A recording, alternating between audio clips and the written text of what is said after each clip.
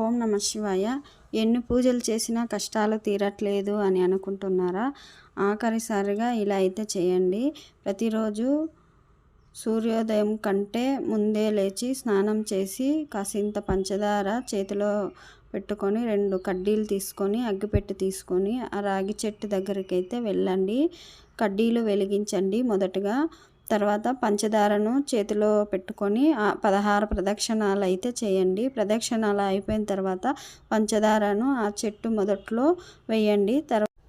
సూర్యునికి నమస్కారం చేసి మన కోరికను చెప్పుకోవాలి. అక్కడ ఉన్న కొంచెం మట్టిని తీసి నుదుటున ధరించి కొంచెం ఇంటికి కూడా పట్టుకెళ్ళాలి.